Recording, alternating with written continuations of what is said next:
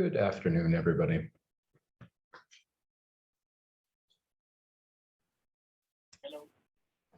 Good afternoon. Hi, guys. Hi, how you doing? I'm okay. How you doing? I'm have a cold, but I'm feeling good. Okay, well, I'm glad. Thanks for being here. Thanks for being here. I see Yeah, Khaled. thank you. Of course, yeah. I see Khaled is here, Fauzi is here, Kather's here. Hi, just saying hello. I see some people saying hi in the chat. Hi there. I'll warn you now, we'll tell everybody, I have been fighting with the internet today. So if I look slow or I talk with the robot voice, please forgive me. Hi, Khaled in the chat. Good to see you. Just my warning to you guys, but it seems okay. We'll, like I said, we'll just say a prayer and see how it goes, but it's still really good to see you guys.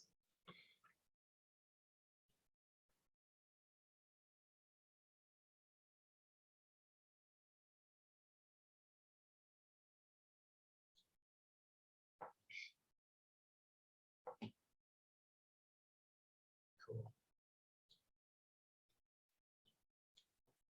All right.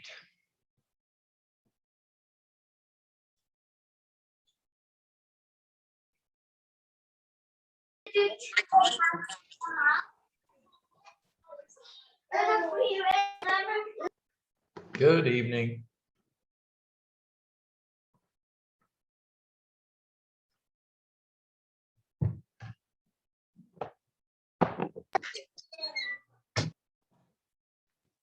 Hello, Professor. Hi there. How you doing? Good, thank you.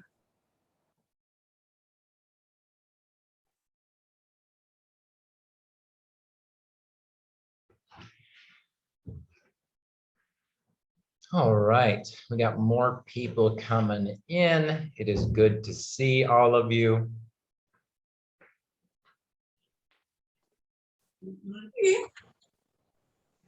Hey, Bibi. Hello, Professor. Of course, I'm just saying hi as people are coming in. You don't have to do anything or even unmute yourself.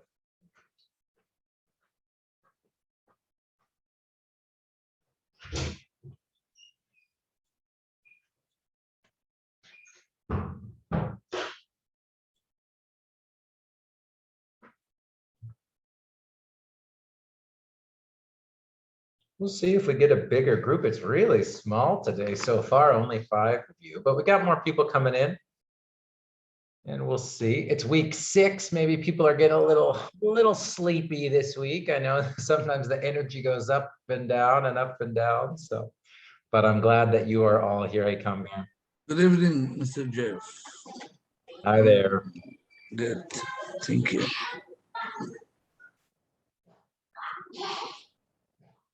It's so funny. It's so funny. Everybody's house sounds the same. If you have kids in the background, just remember, it's not just you, everybody, especially right now at dinner time, right? It's everybody's house. So thank you again, everybody, for being here.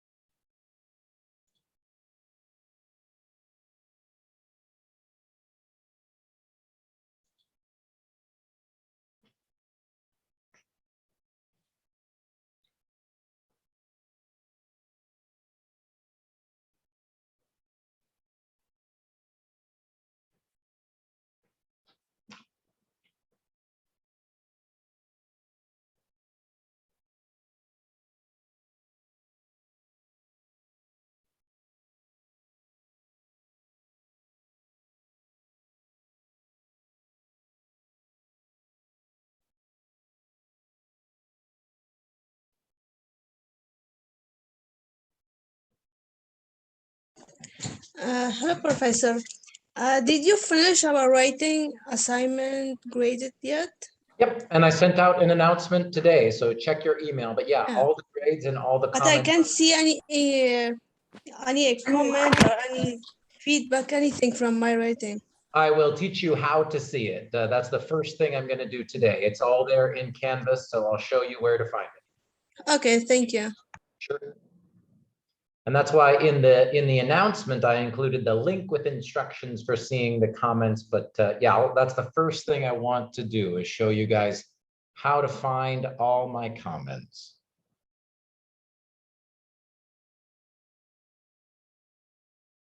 Let's just do that. We've got a small group, but let's get started. So I saw Esther come in too, just saying hi as people come in. So hi, it's our small group, week 6. Like I said, maybe we're at a low point on the energy roller coaster. But either way, whether you're here with me live, thank you so much for being here. And if you're watching the video, thank you for watching the video. But it is Tuesday, September 28th. Week 6 in the semester, and I wanted to show you sort of what we're going to do today here. So I have a warm-up activity for us to do. Then I'm going to finish talking about verbs and verb phrases.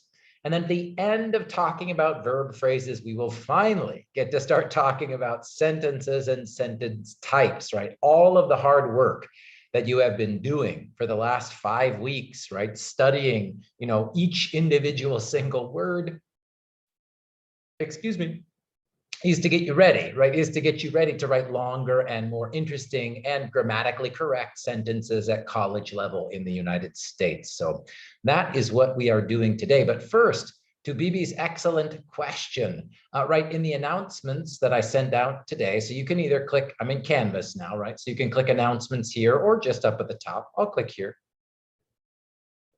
And again, you can get back there by clicking on announcements.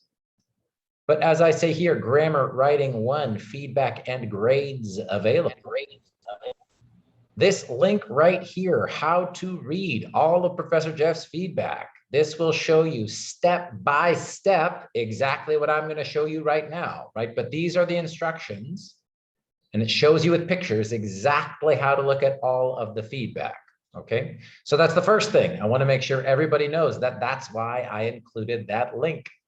The other thing that I said in the announcement, and this is true for everybody, whether you are here with me now in the Zoom or if you are watching the recording, remember, you have 1 week from today to revise and resubmit Grammar Writing 1. So all revisions are due before October 6th, 2021, right? So that's next week. So you've got 1 week to revise and resubmit. But like Bibi's question, right? How do you know what to fix? How should you resubmit things? I want to show you how to do it. So if you go to grades, and this is not a real student in this class, right? Everybody, I want to be clear. This is test student. This is no one's real grade. I'm going to click on the Grammar Writing 1 assignment. And there are several ways, places that you can look for feedback. So first, you can see here just a general comment that I said. Be sure to review my comments closely so that you can revise and resubmit for a higher score. Things in green are things you did very well. The words that I put into red boxes are mistakes, and you can fix these mistakes and resubmit for a higher grade. Then you need to click this very teeny tiny little link right here, everybody, that says view feedback. Now I've got bad news. If you are on a phone, I don't know how to do this on a phone. I don't even know if it is possible on a phone. So I truly, truly hope that you can look at this on a laptop, because looking at it on a phone is very, very difficult. But on your computer, you click view feedback. And then again, this is something that Canvas just makes very difficult. The best thing to do is click this where it says see enter full screen. And then if you go to full screen, then you can see what I was talking about with all the things in red and green, right? And then once you're up here, right, zoom in, zoom in, zoom in, you'll see that my feedback will look something like this, right? So you see my text. If it's green, I'm saying you did this very well. A green check mark, even if I didn't write anything, just means yes, correct, good. If you see a red box, that means you have misidentified the part of speech. If I put a red box around it, for example, in this sentence, about, test student called this a conjunction, there's a red box, that's an error, right? Or business is a noun, that's an error. Now, again, I might put just a few small words in green right here as well. And for test student, I didn't correct all of their examples, unlike you guys, right? If there was an error, I tried to correct all of your errors for you guys. Same thing, red boxes here. Then in the self-reflection, some of you are gonna see this comment. It says under 300 words. If you resubmit, please give specific examples of words and sentences that were difficult for you. That's the way you get up to 300 words, right? And remember on the rubric, which I'll show you again right now, but if you wrote under 300 words, you lost 10 points right away. So if you submit a revision with 300 words, you get those 10 points. So that's a really sort of fast way to make sure you get more points. And then you'll also see the last thing that I do for comments is if I put things in green, right in the box, sometimes I'll write a comment over here on the side with more specific information where I say, yes, good examples. Ooh, this is excellent. Oh, I'm so glad. So these are the different ways that I will give you the notes and comments inside of your document. The last thing that I wanted to show you is if you go, excuse me, thank you. If you go see this arrow, the down arrow right here, if you click this, this will download a Microsoft Word version. Actually, I'm sorry, it's a PDF. I was trying to remember. It will download a PDF version of my comments and notes. So if this is easier for you to look at on your computer, you can just click here, download, instead of clicking the view full screen and then looking at my comments and feedback there, okay?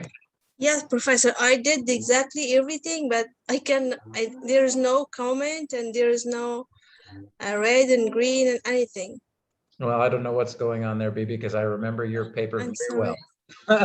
Yes, I'm sorry. Maybe, No, maybe I don't know. I can look at it after class or something. If it's specific to each student, I can sort of look at it one-on-one, but I'm not Okay, sure. thank you. There, Bibi, I'm sorry. Yeah, because I definitely remember your paper.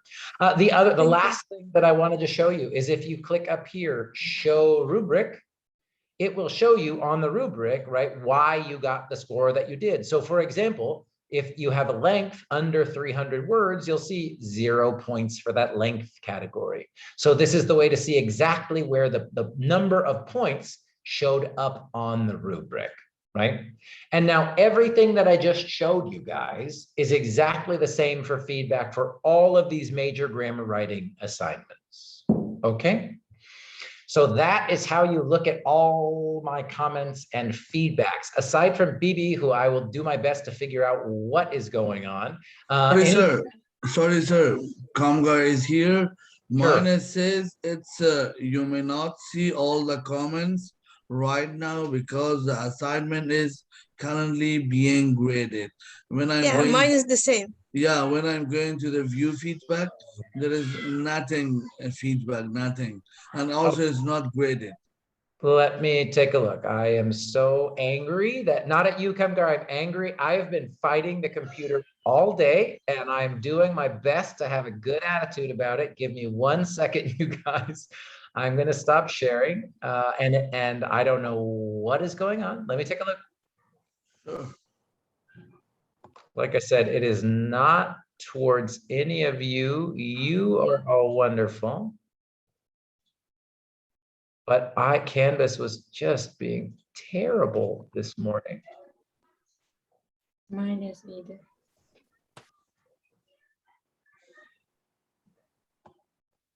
I'll show you. Yeah, So we'll mine, just, I didn't see mine either, Professor. Mine is like a blank, nothing is the comment.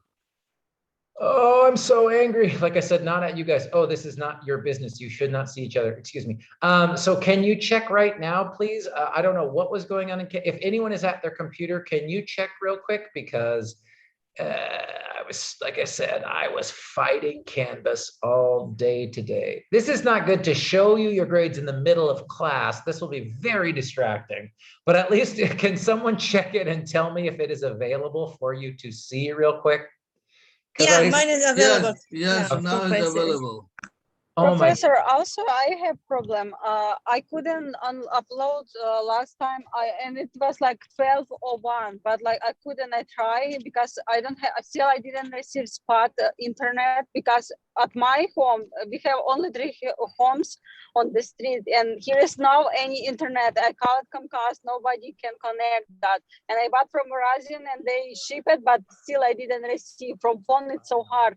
I tried to like upload, and like it was like after 12:01, I try, it didn't get me. When it's upload, I saw like it's so late, but I tried before 12. check your points, Ina. I think I saw 12:01. I didn't take anything, or I didn't change anything. I didn't take any points out for 12:01, Ina. Okay, I am so sorry. I know, but like it's like, and I couldn't see very well from phone. So like I hope I receive like today, tonight, or tomorrow in the morning my internet spot, and like can like connect computer with internet. No, I truly do understand. Again, I'm on a Wi-Fi hotspot from my cell phone today because my internet went out, and it's just been I just wanted to kill all of the computers in the world today. But anyway, so we'll work it out. It'll be fine. Again, I am so sorry that I sent an email saying that they're ready, and then then there was a setting in Canvas that wasn't correct. I own that. I am so sorry, but I can say at least they're there. I'm happy to hear Bibi and Kamgar saying you can see it. You can see the green and the red. Again, what happens a lot of the time is these first drafts for the first assignment, you guys, if you have a 60, a 70, or an 80, many times students are able to revise and turn those into A's and B's. Okay, so I don't want people to get too nervous if you see a score that is too low. That's why I take so much time to show you every single mistake that you make. And if you want to fix it, and I will give you all your points. Okay, that's the whole reason that I do the assignment this way. Okay. That was fun. Any other questions about viewing your feedback? Okay, Professor, I have a question. Okay, that means if I submit the new assignment with correction, were you going to give those the more grade? Correct. Like in my case, I have under 300 word. If I fix that, that means I'm going to take 10 points for that for the summary. I think that is exactly correct. Yes, that is exactly correct. Yes. Okay, got it. Thank you. And you are not the only one, right? Many people had under 300 words, and that's minus 10 points. So if you lost those 10 points, all you have to do is, make sure you complete your reflection, finish it fully over 600 words, and you'll get 10 points right there, right? And then if you fix the mistakes that I put in the red boxes, your score for the rest of the essay will go up, right? Just remember the revisions, 1 week, you have 1 week to revise and resubmit. So next week, right? Next Wednesday, I'll go back into Canvas, and for people who submit a second draft, I'll regrade those papers next week. Okay, thank you. And I'll tell you right now, Gus and everybody, Thank you, Professor. Oh my gosh, we're here to learn. This is, again, this first one is weird and slow, but we'll do this 2 more times. And after this, you guys will know exactly how it goes, right? Oh, I did not put any new lessons in Canvas this week for this reason, right? So I really, I want people to revise and resubmit. I want you to learn from your mistakes and get a higher score. So nothing new in Canvas, no new lessons. And I really encourage you, I hope, that you will take the time to look at my comments, learn from your mistakes, revise, and get a higher score, okay?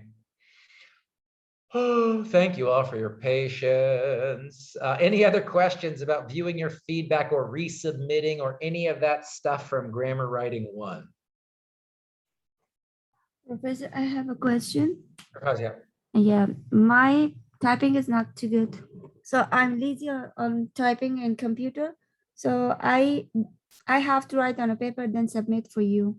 How do I know it's less than 300 points? You, 300 words. sure, and this isn't just for you, Fauzia, but at 3 above the 50 level, it's just you have to start using a keyboard or your phone. I can't accept paperwork at 310 and 320 level, Fauzia. Ah, okay. I'm trying my best. I know, that's what so because you're gonna have to, if you're gonna keep studying at college, Fauzia, you're gonna have to type eventually. You can't write out on paper in English 300. So that's why go slow. If people are practicing with a keyboard, you can talk to me in office hours or something, Fauzia. I'm not gonna punish people, but I will say, even though it's painful, it's good to start now. You know what I mean? Like, even if you're typing on your phone, it's so slow and painful. But Yes. you've got to start someday, Yes, I Yeah. will. Thank you. Of course. And Professor. oh, Yes, I heard sorry. BB first and then Gus. Okay. Should we submit only the mistakes that we had in our comment, or we have to submit all the? I mean, that's a good question, baby. Probably the easiest thing to do is to just make resubmit the whole document and just make Okay. changes, because you already have that file saved. Yeah, You know what I I mean? already have it. Yeah, so I'd say that. I mean, but if really the real answer, maybe, is I don't care. If you just want to send me the fixes, that's fine, if that's easier. But I think sometimes students feel like it's easier to just go back to their first draft, make the changes, and then send me the whole document, and that's fine too. It's easy for me, but that's gonna be really hard for you, Professor, because you are reading too many. But yes, you're correct, but that's my job. And this is one thing that Canvas is good. I can compare your first draft to your second draft right inside of Canvas pretty easily. Okay, thank you. Some things I think Canvas is horrible for teachers, but for this, it's pretty good. Looking at draft 1, draft 2, draft 3 is not a problem. So thank you. Thank you for thinking of your poor teacher. Gus, please. Yeah, the link to submit the second draft is going to be the same link, or are you going to send the new one? Same, it's going to be the same. And I'll switch back to student view. I believe that I have 4 submissions for this, just to make sure that, people have enough, you have plenty of times to resubmit. So again, if I go into assignments and I'm in student view, right? It should look how it looks for all of you. And then if you go back to grammar writing 1, you're gonna just actually click the same button up here, Gus, but now it's new attempt. Okay, perfect. Yep. Thank you. Absolutely. And yeah, right here I set it to allowed attempts 4. And again, my dream is that everybody learns from their mistakes, fixes them, and gets a perfect score. So if you want to submit it 2 times or whatever you need to do, it's all good. And you do that by clicking the new attempt button up here in the corner, okay? Anybody else? All such good questions. And again, I'll say for people who are watching the recording, thank you, BB, thank you, Gus, thank you, Fauzia, thank you everybody for your questions, because your questions help everybody who's watching on the recording too. So thank you, thank you, thank you. Anybody else? Last call, we can say last call for any questions about grammar writing 1, grades, resubmissions, etc., etc. Because if not, let's talk about verbs. Let's talk about verbs. But before we talk about verbs, like I said, today we're going to do a quick warm up just to shake away. Now we're thinking about grades and points, and all that stuff is important. But I do have some stuff to talk about today. So we'll do a quick review to help us remember last week. And then, like I said, we're going to talk about the characteristics of verbs, which we started to look at last week. And I think we'll have time, like I said, to introduce the sentence types. So real quick, remember last week we talked about subject noun phrases, the characteristics of subject noun phrases. And I just wanted to do a quick review. So I've got some example sentences, and what I want us to do is identify the subject noun phrase. And as we said, that may be one word or that might be a group of words. So let's start with this first one. My sister planted those flowers. Where is my subject noun phrase? My sister, it's a subject. Excellent, good. Ina says, And planet, Ina says, my sister and I totally agree. Did you want to talk about plants too? Or are you going to say that's the object? yeah. Is it a verb? Planet is a Planted verb. verb. And those flowers, it's a noun, right? And this is a noun phrase, but this is an object noun Object. phrase, Object, not a yeah. subject noun phrase. And we're going to talk about the different phrases, but we're going to do that after sentences. Okay. So, but I love that Ina wanted to give us all of it. She was exactly correct. So my sister is the subject noun phrase, and planted Sorry, is. I have a noise. I can't talk a lot. Oh, you're Because I'm my you're good. nephews, my sister-in-law, just going back. I went with them to the pumpkin farm. So like, That sounds fun. yeah. Thank you for taking our class on your road trip, Ina. Okay, so how about the second sentence? However, according to Dr. Winston of the UCSF Medical Center, people are living longer. What's my subject noun phrase? However, according to According Dr. to Winston, Mr. Winston of the UCF Medical yes. Center. You fell for my trap. None of those things are the noun phrase. They said people. That's it. People. Yes, only people. That's it. Remember, one characteristic of noun phrases is they don't have to be the very first word, right? We have all these, we remember what I said, introductory element in long, complicated academic sentences. This is a sentence adverb. And then really we've kind of all this whole thing, basically like a prepositional phrase. Don't worry about what it is yet, but remember, this cannot be the subject of the sentence or the clause because our verb is are, and who are? People are, right? None of this is connected to the action of the sentence. All right. How about the next one? So what is this, Professor? People. However, according to Dr. However, it's called a sentence adverb. And then like No, I said, all these together. all of this, again, for Yeah. now, Professor Ferris in the textbook calls this an introductory element. And Okay. these introductory elements are almost always phrases of some kind, Bibi, but we're going to look at the different types of phrases after we do clauses, okay? Okay, But okay. I do however, have a question. sure, Esther. What is reflexive pronoun? But that's not connected to, I'd like to talk, we could talk about that later, but that has nothing to Okay. do with what I'm talking about right now. Okay, it was I kind love of that- like maybe it should be over somewhere in the sentence. Maybe in this sentence, but I don't even think we have any pronoun in this sentence. No, we don't have any pronouns in this sentence. I mean, you could say people. I don't think people is a pronoun. I think people is just a proper noun or a regular noun here, but we don't even have any pronouns in this sentence. Well, of the UCSF Medical Center is a prepositional phrase, right? According, again, some people could call this an adverb. Some people could call this a preposition, but to Dr. Winston, prepositional phrase. Of the UCSF Medical Center, prepositional phrase. However, is again, one of those words that if you got a correction in grammar writing 1, sometimes things can act like adverbs, sometimes they can act like conjunctions.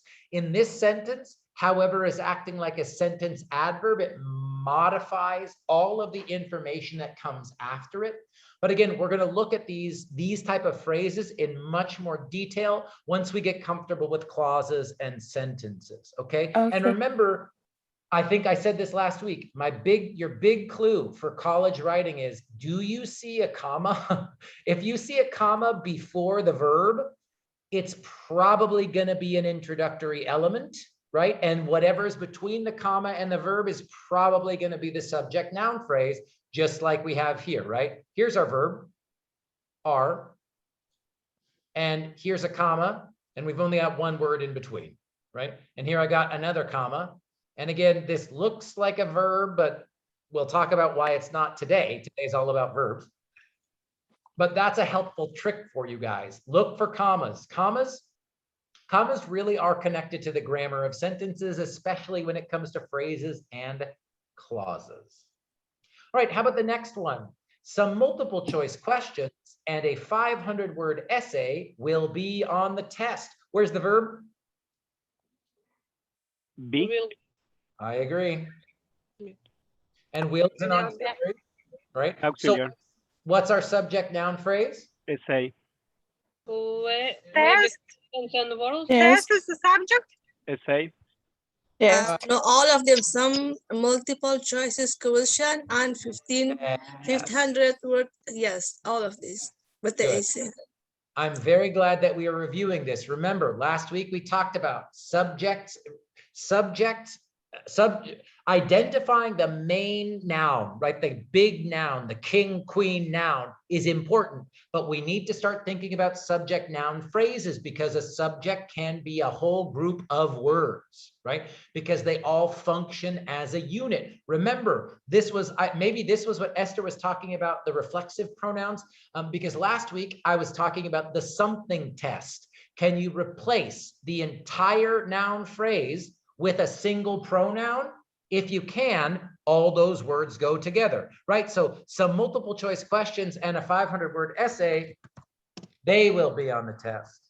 It will be on the test. This will be on the test, right? We could have one single pronoun to replace all of those words together. That's one way we understand that that whole group of words is the subject noun phrase. We remember a little bit from last week? Yes. Beth says I got it. Good. Esther says yes. I know Bibi's there with me. I see Anna's nodding. Thank you. Thank you. Thank you. Okay. How about the next one? Remember, this is one of the weird ones. Under the bed is a lot of dust. Where's our verb? Is. Thank you. Is. And Anna, where's the subject? I think it's a lot of Under the bed. A lot of. Lot of dust. That's right. Why can't it be under the bed? What part of speech is under? Preposition. Yes, it is. So we have a noun here, but it comes after a preposition. So this cannot be the subject noun phrase. This is the object noun phrase of the preposition. And remember, again, if you're scared of going, oh my God, Jeff, I promise, we talked about this for a lot longer last week. This is sort of more traditional, older English style, but I want to show it to you because as you continue taking college classes, you might see this in textbooks or more difficult reading, okay? So that's the big clue for this one. Under the bed, prepositional phrase is, and then our subject noun phrase comes after the verb. Very rare, but possible. Okay. So because the preposition come first, it's not the subject.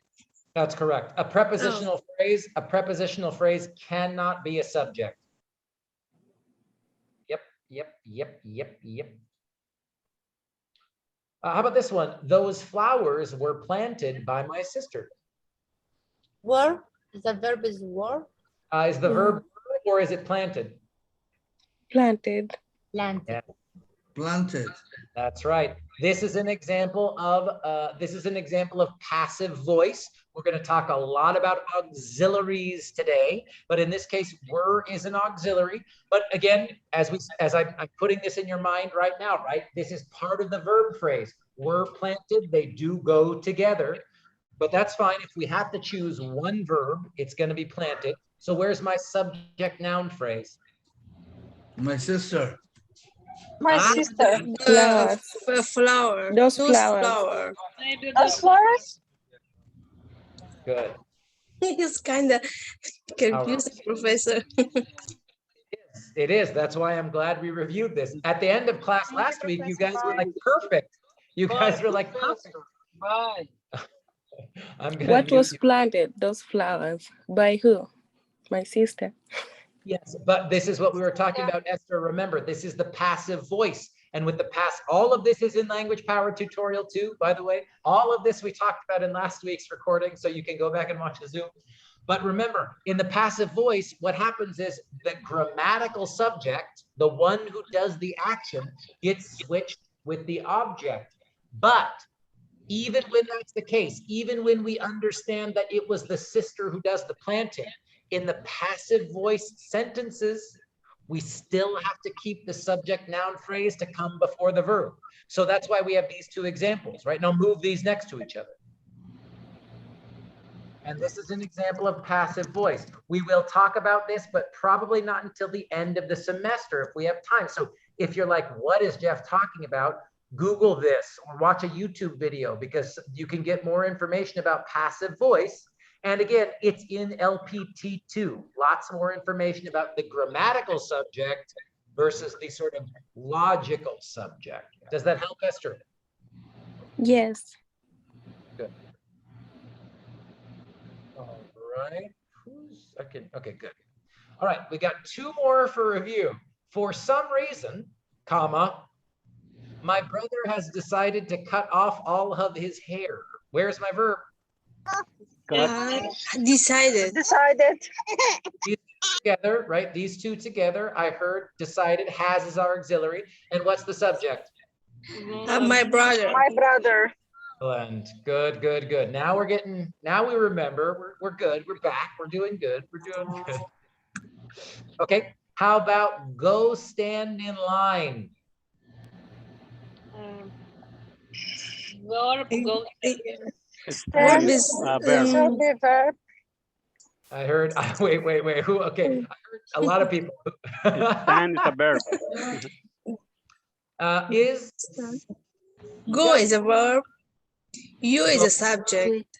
Bibi, yes, tell me. You is the implied subject, right? Remember, this is all about commands.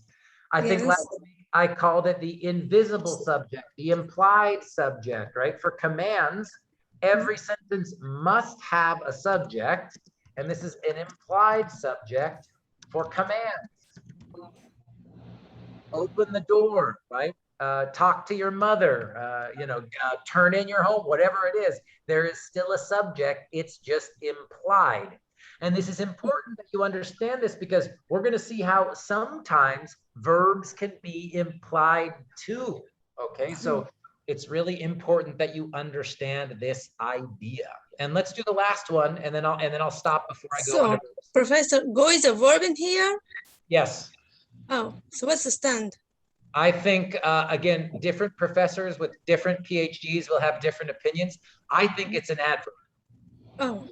I think it's modifying the action of the verb. I think it's modifying the verb, and then in line is a prepositional phrase that's connected to the adverb. Okay. Yep. But I think you're right, baby. I think that the verb is go.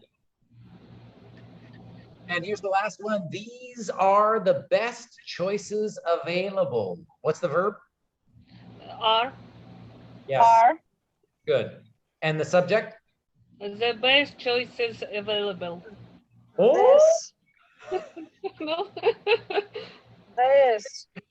Don't worry. Remember, this is an object. This is, excuse me.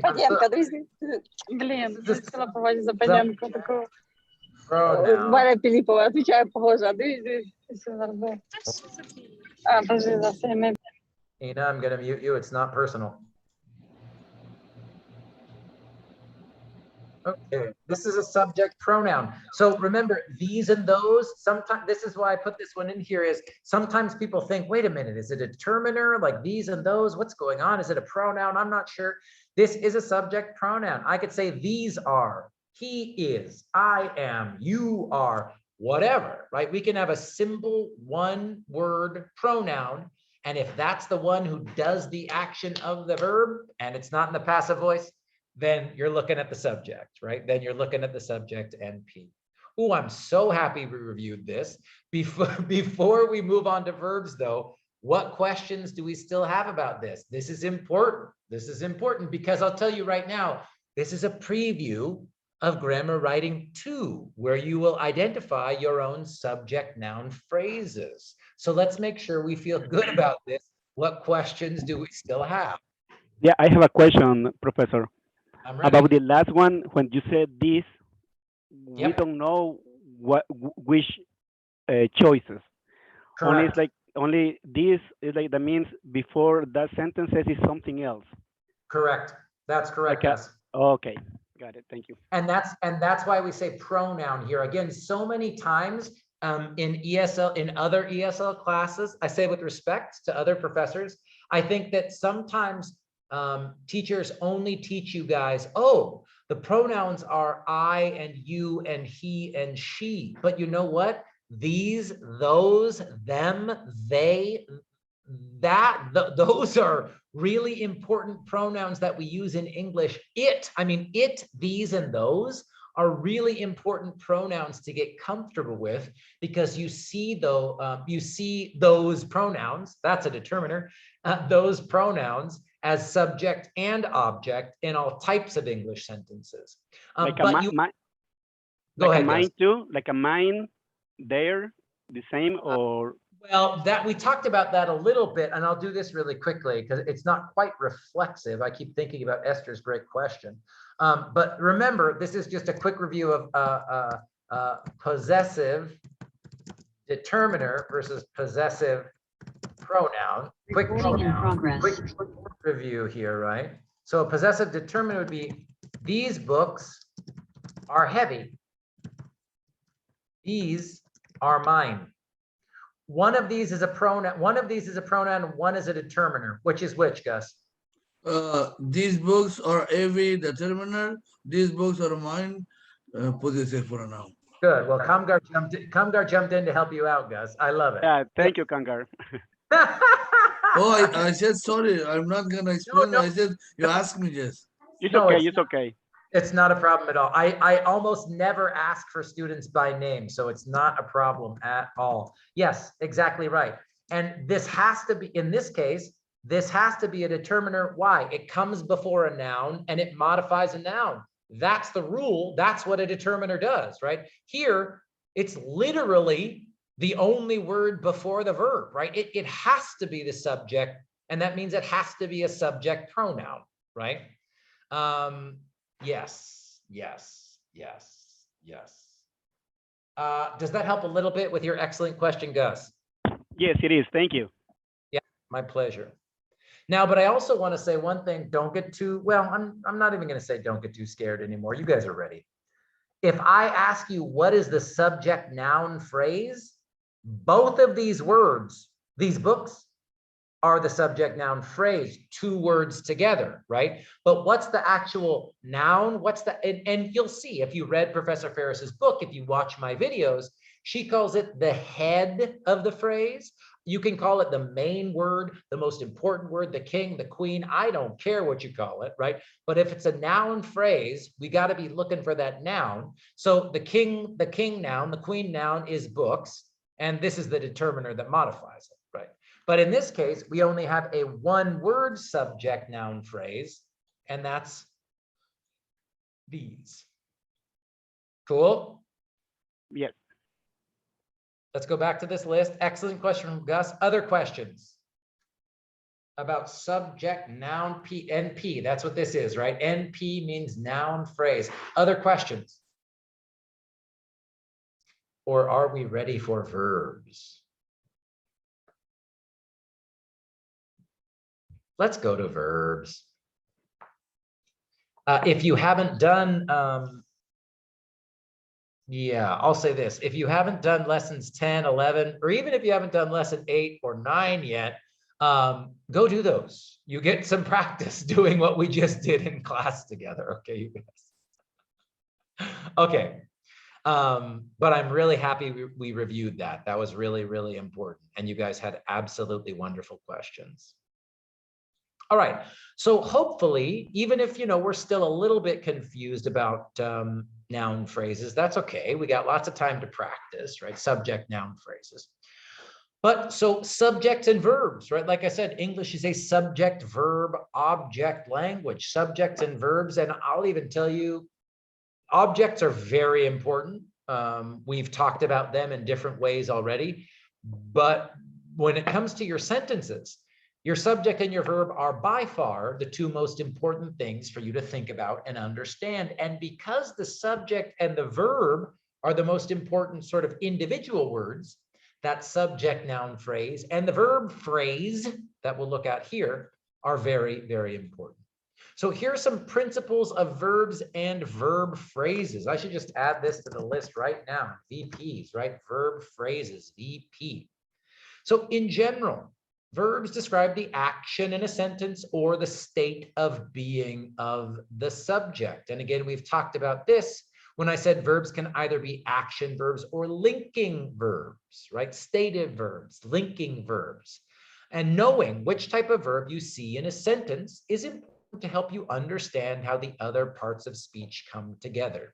And again, I know I've said this example many times, so hopefully it's not too boring, right? But I am tall. Well, am is the verb. It's a linking verb because I'm not doing anything. I'm not talling, right? I'm just describing the state of being. But if I say I drink water, there's some action happening, right? The water comes up, it goes to my mouth, and I take a sip of water. Action verb, I drink. Linking verb, I am, I feel, etc., etc. Okay. And the last thing, this we've talked about before, but the last thing we're really going to practice today is that verb phrases begin with the verb, or as we saw in some of those example sentences for our warm-up activity, or with an auxiliary, right? There's lots of different words that get connected or can get connected to the verb. So verb phrases begin with the verb or their auxiliary and continue until the end of the sentence or a new clause, right? And what this means, and I'm just going to keep it real simple for you guys. If you look at this, these are the best choices available. That means subject, noun, phrase, these, we've got that. But in a short, simple sentence like this, here's the verb. Everything after the verb is part of the verb phrase. Now, remember my Russian nesting dolls picture, right? The little doll inside the big doll, little doll, little doll. There are other little phrases inside of the verb phrase. And again, we will look at them later, but I want us to start getting comfortable identifying where the verb phrases begin and end. And that's what I'm saying on this slide right here, right? Verb phrases begin with the verb and continue until the end of the sentence or a new clause. Now, I'll show you plenty of examples of this as we continue today. Questions about these three principles before we start to practice? Ooh, I love it. Let's go. I think we need more practice. I just like. What? I need more practice. That's what, hey, go lesson. Oh, I'm sorry. Here we go. You unmute yourself. That's what the lessons in Canvas are for. And I say this with lots of love to all of you. I think only 4 people have done lesson 11. Let's go. Let's go. The practice is there if you want to go, you know. This is what happens. This is what happens. I will when I receive my internet, because like I have problem. My internet on the phone not working very well. And I hear some words, yeah, even like right now I'm in Sacramento and I hear like not very clear. Totally. No, I understand. My internet is slow today too, Ina, not a problem, not a problem. The practice is there. That's all I'm saying. Okay. So some of the basic 3 principles before we start to look at the verb phrases. Now, remember, like I said last week, verbs have a base form that is unmarked. For example, take, replace, or go. And sometimes you only need to use the base form of the verb. For example, in I will take my children to the park tomorrow, where's my verb? Just one word. Take. I agree. Right? And it's not took, it's not taken, it's not taking, it's not takes, it's just T-A-K-E, right? That's the base form of the verb. No extra letters put onto it at all. And how about here? I will replace my phone screen. Where's my verb? Replace. Excellent. And how about number 3? I do not want to go. Want. Excellent. Want. Good.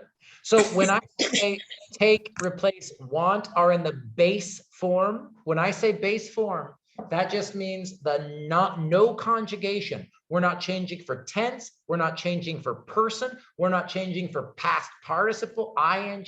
We're not doing any of that. And there's no infinitive to in front of it, right? Now we're going to talk about this today, but here we get an example of to go. Okay, well, go is in the base form, but when I see that it's connected to the word to, I mean, I think some of you already kept reading Professor Ferris's book. So we have the base form of the verb, but, you know, it's attached to, to the word to, and this is part of the infinitive. And this is different than the base form. The base form is just not connected to anything, okay? Now, like we talked about last week, the base form of the verb can be, and let's be honest, often is marked, changed for number, tense, and status, continuous, non-continuous, progressive, not progressive. Also, as you all know, if you've taken Grammar 51 or even lower than that, there are many, many, many irregular verbs in English, especially in the past tense. And we did this example last week, right? They went to the store. Here, went is marked for plural because it goes with a plural subject. Past because go in the past tense becomes went. And it's non-continuous because there's no ing, right? And that's different than they are going to the store, which is they, plural, right? Marked for the subject. Present because we have the auxiliary be verb in the present tense, and continuous because we have ing at the end of the verb. And again, we've got these same examples here. Excuse me, let me fix this. They will go to the store is plural, future, non-continuous. They will be going, plural, future, continuous, right? And again, you all do this already. It's just a sort of different way of thinking about the information that we put into the verb tenses in English. So for example, like we were talking about practice a minute ago, let's look at this one. Students went to the grocery store. Let's do the same sort of questions that we did briefly last week. Is this singular or plural? Plural. Ruler, I agree. And what tense, past, present, or future? past tense, Past, I agree. And continuous or not continuous? not not continuous. continuous, Excellent. How about the next one? She went to the grocery store, singular or plural? singular, Good. past tense, Yes, and not And continuous. non-continuous. I agree. I think we're feeling comfortable with this one. See, this is where, aren't you happy that you had to study verb tenses for so many years before this class? You're totally ready for this activity. How about students will go, singular, plural? Plural. Plural. Past, present, or future? Future, Future. Future. Not continuous. I not agree. continuous. The next one? Students, ruler, Good. future, Future. No, Continue. yeah. not continuous. Continuous. Not con- Not continuous because No. going. when. It's Continuous. continuous because going. Yeah, No. it is continuous. Oh, going to. And what tense are we That's in? tomorrow. What tense are we in here? Oh, we have our going to, but we auxiliary. have a phrase tomorrow. Thank you, BB. Thank you, BB. BB saw it. I heard some people say present. I heard some people say future. I was being a little bit mean, right? This is one thing that's very difficult about the English future. We can use the present continuous to talk about the future. And in fact, we do it all the time. Like I always say, I didn't invent the grammar. I just teach it. Don't blame me, everybody. BB is exactly correct. We have tomorrow, that means future, but we do have ing, so it is continuous. Yes. We are going to Disneyland next year. Plural. Plural. Future, Future and Future continuous. and continuous. and not continuous. Uh, Oh, it's continuous? Next year. Yes. ing. Oh, ing. If we see the ing, that means present participle. That means even that's giving us that feeling of continuous, right? It's not done. It's not okay. completed. Yeah. How about we will go to Disneyland next year? Plural. Plural. Plural. Ruler, Future. future, Future and non-continuous. Not not continuous. continuous. Excellent. Hold on, let me go up and fix this. Great job, everybody. How about this one? In 3 years, we're gonna go to Disneyland. Plural, Plural, future, future, and not continuous. not continuous. Continuous. Oh yeah, continue because it's gonna. Continuous In with 3 years. We cannot go to. Good, now In 3 remember, years. We this cannot is go to, just, but we have a go to. yeah, but the main verb is we are going to go, right? This one is, you shouldn't write we're gonna. Don't write we're gonna. But Yeah. this is how Californians talk, you know? So it's good to say we're gonna go. There is important information in the verb there. And Yes. it's So plural. it's the same as we are going to, but what's different because what we are going to Disney or we are going to go to Disney. We're gonna go is we are going to go. Okay. Okay. That's future continuous, which is different than simple future. Now we're going to talk about the different verb tenses later, but before we talk about how to make the verb tenses, I want you to understand how to, you know, put together perfect sentences no matter what verb tense you use. Okay, so, but that's a great question. That's the difference between future continuous and simple future. So is future continuous or simple future? This is we are gonna. This is future continuous because it's short for, it's you know, American English speaking for we are going to go. Okay, thank you.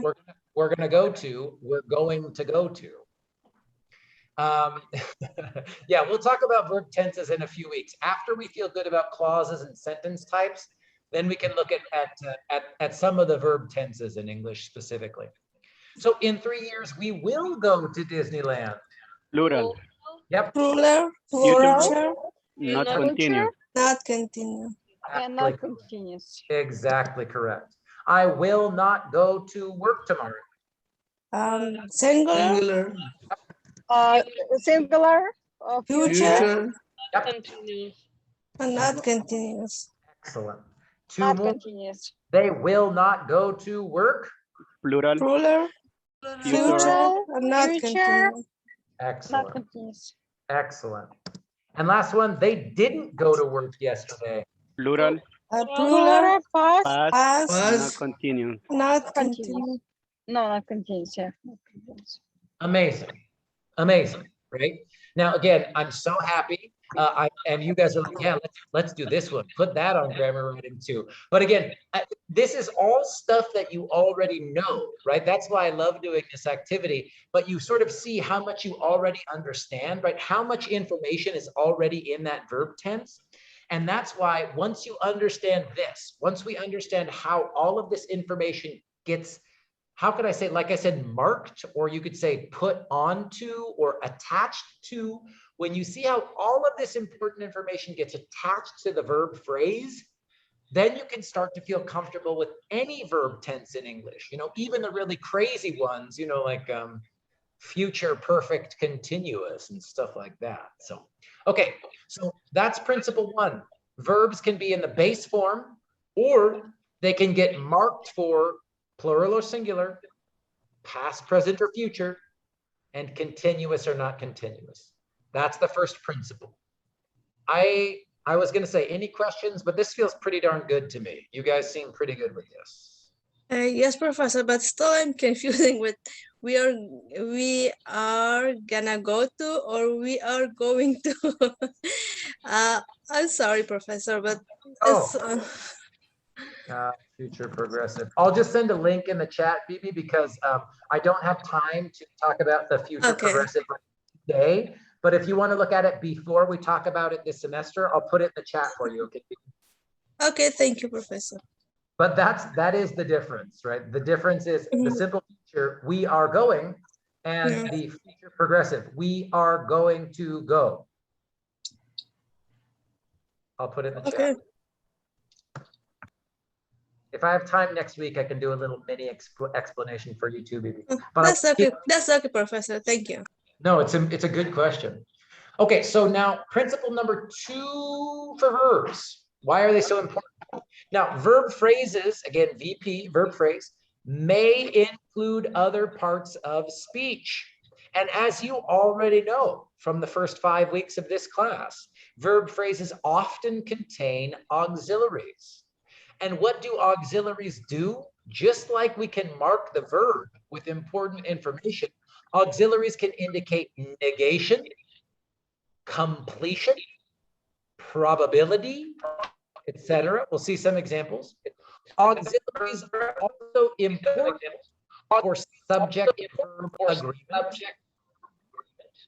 And auxiliaries may stand in for an implied verb. And this is just like we were talking about implied subjects. On the next slide, I will show you an implied verb. Okay, so let's be really simple. She did not tell me. Where is the verb?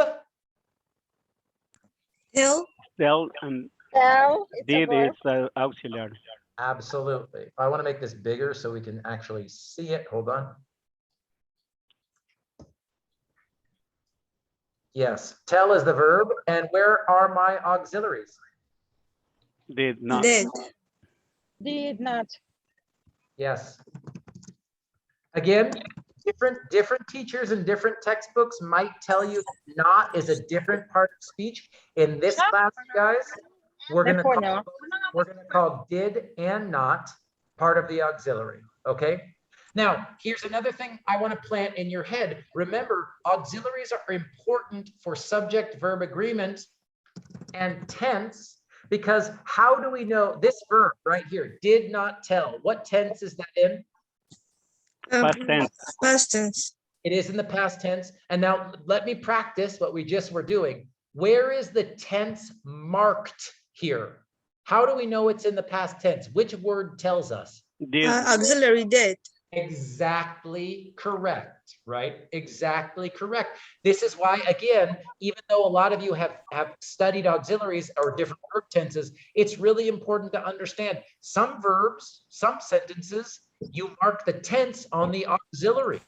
This is weird. Not all languages do this. English does it a lot, right? English does it a lot. So how about this one where it's not about the tense? I might buy a new laptop next year. Where's my verb? By. I agree. And where's my auxiliary? Might. Might. Good. And remember, I said up here that we use auxiliaries for negation, completion, probability. What's this one about? What information is might giving us? Like a probability. I was going to say, I'll add to this as probability, possibility, maybe yes, maybe no, I might, I may, I don't know. Oh, excellent. And now how about this next one? Here's, like I said, future perfect continuous, my friends, just to scare you a little bit this Tuesday. By this time next year, I will have been studying English for 10 years. Again, I'm telling you, this is the future perfect continuous. Where's the verb? What's the studying? Excellent. Studying. But now, where are my auxiliaries? Will have been. Thank you. Now, where's the word that tells me future? Will. Will. Yeah. So it's future perfect. This future perfect progressive, future perfect continuous, future perfect continuous. Yeah. Because we've got the ing for continuous, right? Oh. Yes.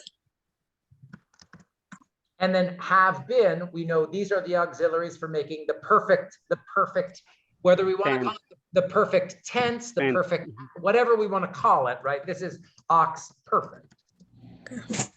Now, again, remember, we're not gonna study future perfect continuous right now, but even without knowing how to use it, you guys just perfectly explained to me where the auxiliaries are and what information the auxiliaries are giving us. Yeah. Excellent. That makes me very happy. Let me show you one more and then we'll finish. with the principle number 2. So remember, auxiliaries can stand in for an implied verb, just like a subject. So if I say, have you ever been to San Francisco? Where's my main verb? Been. Yes, good. And where's my auxiliary? Ever. Have you ever? Good. Now, ever, is it an auxiliary? Is it an adverb? We could debate that later. It doesn't matter right now. But if I say, yes, I have is my auxiliary, right? So where's the verb? Been. Thank you very much. Yes, I have been. Exactly correct. That's another implied verb phrase, right? Implied VP. That's exactly like go stand in line, right? Open the door, right?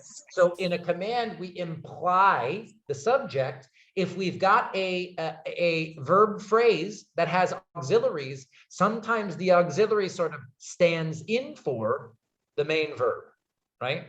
Does this one make sense? I know a few people answered correctly, but I want to make sure that this is clear here. Is it clear why that the real verb in this example is been? Yes. Yes, it is. That's it. That's it for principle number 2. Principle number 3 is where it's perfect. We got 15 minutes, just enough time for me to introduce it. Okay. Principle number 3 is where we start to connect to clauses and phrases. Excuse me. I'm just going to stick with clauses tonight. Sorry about that, you guys. We're just going to stick with clauses. Okay. I should put the short sentence first. Okay. Now, as you already know, because you have all asked excellent questions this semester, not everything that looks like a verb functions as a verb in a sentence.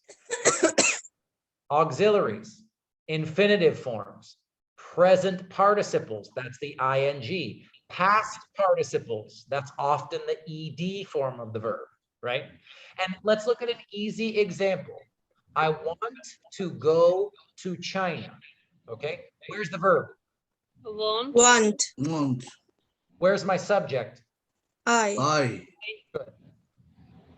Now, let me ask this. To go. Infinitive. It is. It sure looks like a verb though, right? It really looks like a verb. But why is it not a verb? How do we know it is not a verb? Because we have main verb want. Because I had two to go. We only have one verb and we only have one subject, right? And this is really important. If you're looking at your own sentences and you're trying to think, where's the verb? A verb, a true verb, must have a subject attached to it, okay? If there's no subject connected to that verb, it's got to be one of these other forms or things that looks like a verb. So that is exactly correct. To go is the infinitive. To is a preposition. China is an object noun phrase. But the only real verb is want. Right? The only real verb is want. Now, in a sentence like this might look easy, but let's look at something that's more complicated. And again, if you're thinking, or if you haven't done lesson 10 and 11, right? These are some examples from the textbook to help us practice. Okay, it looks like a verb, but is it a verb? And also notice now, we're gonna have more than one verb and one subject because we're not just doing simple sentences anymore. So let's look just here. Americans hate trash. Do I have a subject and a verb? American subject. American subject. American subject. Verb. I agree. Hate, verb. I agree. Now, trash object. Excellent. So much so that some American lawmakers want to pay other countries to take our trash. Do I have verbs and subjects in here? Yes. Want. Want is a verb. I agree. Some American. And I was going to say, good. I agree. Absolutely. And then do we have any other verbs in after this or in the rest of the sentence? Yeah. Take. No, to take No. Our Take our trash. Have. If take is a verb, where's the subject? To countries. Country, other country. Do you ever see let me ask you this. Have you ever seen in any of our sentences for 5 weeks, have you ever seen subject and then the infinitive form of a verb? I to No. go, I to be, she to give, we to see? No. Never, never. Now again, now today I'm planting the little seed for phrases, right? Because this is where we start to say, to pay other countries, excuse me. Ay, sorry, you guys. To take our trash. And if I put all of, this is why we looked at subject and object noun phrases. Remember, okay, if I put all of these words together, to pay other countries to take our trash, right? I could take all of that and replace it with one pronoun. This is why we spent so much time talking about subject noun phrases too, right? All of these infinitive forms of the verb, to pay other countries, to take our trash, looks like verbs, right? But I see infinitive, I see an infinitive, and all of this comes after the actual verb. So again, when we practice with phrases, we're going to look at how these act like object phrases. Okay. Now again, I know this is new and weird and different. I'm not worrying about you understanding this right now. What I want you to understand right now is I see a clear verb in the base form. I see something that looks like a verb, but it's in the infinitive and it comes after the main verb. It's almost never going to be a verb. Okay, but now let's look at after this comma, so we don't have to deal with it. We do have a verb here. What is it? Have. Don't have. Done is auxiliary. We don't have. Don't have to deal. Yeah. To deal. Let me show you this. Let me, if I were to say it like old style, have to is a very American English form of must, right? Have to means must. What if I say so? Now deal is a verb. Exactly. Deal. Exactly right. Right? And here's we. Now, okay, I want to say something. In Canvas, I'm not asking you to practice this yet. I'm showing it to you. We're going to practice it again next week, and then we get to practice it because this is difficult. But I want to explain something really clearly here before we finish. How many verbs do we have in this sentence? 1, 2, 3. How many subjects do we have in this sentence? 2. 3. 3. Oh, 3, yeah. And this is now 3, American, some of American, and we. Yeah. And this is the most important lesson to think about for this third part here, because as I'm going to say really quick at the end here, right? Why did we spend the first 5 weeks studying parts of speech, subjects, and verbs? Because they are the building blocks of sentences. And for college level English, sentences are king. And a clause, which we're really going to get into detail next week, is one subject and one verb. Now, some English sentences are just one clause, right? I am happy. Lovely. One verb, one subject. But at the 310 level, 320 level, transfer level English level, you get lots of interesting sentences, compound sentences, complex sentences, compound complex sentences, where we connect more than one clause together. And that's where your writing really starts to feel college level. Yeah. Please, Gus. Yeah, I have a comment about that. I don't know if you're reading my comments in my assignment. When I said about in part of my sentences, I have 2 or 3 verbs, and that confused me. But now you saying this, it's like it makes sense. Yes, I promise there's a reason I do things the way that I do them. And I know I know from teaching this class, the first month, students are like, what is going on? But I promise in the next 2 or 3 weeks, it's gonna start to come together so that when we look at those more advanced verb tenses, it's like I said, grammar is one of those things where you can kind of learn like a mathematical equation, right? Once you have the equation, you can kind of understand any sentence, any verb tense, you know, but at first it's like building blocks, or again, like, you know, whatever metaphor I could use, you know, my favorite one is you're building blocks, or like when we start to talk about phrases is like the nesting dolls. So if I show you something like this, I tried to slide my hand. You'll see this when you practice. I tried to slide my hand about 6 inches to the left, I need a space, to get a better grip, but stopped when my fingers touched some kind of cold pink frosting.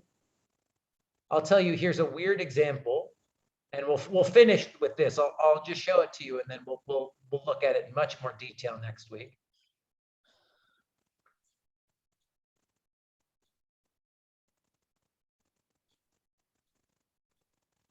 And here's my question about this final example for us today, guys. In this sentence, in this very long English sentence, there's only one clause. In this second sentence, there are 2 clauses. Why are there 2 clauses in this second sentence? Because it had I. So it's got 2 clauses because there's 2 verbs and 2 subject. Exactly right, Anna. Thank you so much. Gus and Anna with the teamwork. That was perfect. That's exactly correct. Now, if you're watching and you're going, I don't know what Jeff just said, we will look at, this is the only thing we're looking at next week. Okay, so I don't want you to feel like you need to understand right now. If you're still scared though, again, watch the tutorials for LPT2. Watch my video for LPT3. It's all there for you guys, okay? And go into practice lesson 10 and 11. The last thing I want to show you before we finish up here is, remember, just this quick chart. This is yours. It's in Canvas. You can, you know, forever cherish it. But remember, not everything that looks like a verb functions like a verb in a sentence. The infinitive, like Bibi was saying earlier, is to, and then the base form of the verb. The present participle is the base form plus an ing. The past participle is the base form plus ed. I have talked, I have walked, or irregular, right? I have seen, I have been. And then in English, the auxiliary verbs are so important and they're very difficult, let's be honest, but the good news is there are only 3 of them, right? Be, have, and can. And I want to be clear here, these aren't the modals. We'll look at the modals later. But the words that we use for making the verb tenses, right? The present perfect, the past perfect, and the continuous verb. I am going, I have gone. These are the forms that we use when we make our verb tenses, okay? And that's what this last chart is at the end here. So again, remember, I didn't put anything new into Canvas between last week and this week. We have plenty of new ideas for you to practice. And like I said, I think only 4 people have done lesson 11. So if you haven't finished things before that, finish your early lessons. If you haven't done lesson 10 and 11, do that. If you're done with everything, all you need to do is revise grammar writing 1 and submit for a higher score. But if you want to go fast, read LPT 3 and read LPT 4. That's what's coming up. So if you're going fast, revise and keep reading the book. But I'm not putting anything new in Canvas because I really want to give you guys time to finish the things that are already in there. Okay. We don't want to be fast as okay, you good. are, sir. Just in case, you know, usually there's always like one student who's like, Jeff, I'm already done. And I'm like, oh my God, okay, I'll give you some extra work. I don't know, you know, just in case, you know, Comguard, just in case everybody's different. We are here to learn, not to teach. I will handle the teaching. That's fine with me. Any questions about this stuff? I'd say again, go practice. You're ready, right? If you haven't done lesson 10. Yeah, the previous week I was absent, so I need to watch that video and practice. Always. Yeah, that's what this lesson is clearly explained, but that one I need to watch that. Thank you. Excellent. Excellent. I'm happy to hear it. I'm going to stop the recording, but And again, I I can. have to rewatch video too. Yes, of course. Yep. Always. Always go back and watch the record. You know, even if you were here, you know, I really try to make these Zoom meetings, they're so short, but I really try and make them useful. So go back and rewatch them, right? Like there's a lot. I'm trying my best to explain it as as fast as possible. So they're there for you, you know, forever. But I think they're very useful. I really do. Yeah, it's really useful. When I was trying to do my writing, so I review it a lot. One day, all day, I reviewed all the slides and the Zoom, then I start writing. So it's very useful. You're lucky. You're lucky. You have time. We are short of time, lack of time. I'm working on the weekends, so most of the time I'm not able to do something. I know everybody's busy, but that's why, again, I try to put it on YouTube, right? Even if you can only do it at like 10:30 at night. I know you don't want to, but at least you can do it anytime, right? It's not like a synchronous class. Yes, yes. And you have to try to do best, right, Professor? You say, I do my best to explain, and you have to do best to do. That's exactly right. Understand. That's exactly right. Okay, I'm going to stop the recording, but if people have specific questions, I'll stay. So thank you so much.